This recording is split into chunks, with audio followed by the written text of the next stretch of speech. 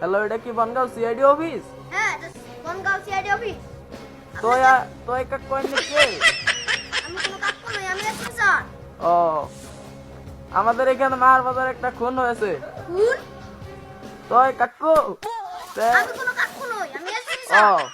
Sir, তাহলে আমার মনে হয় এটা আপনাকে স্যার আর কেউ পারবে না। তাহলে আপনারা চলে আসুন। স্যার। আমার রুম থেকে তুমি পিস্তলটা নিয়ে আসো তো। Okay sir.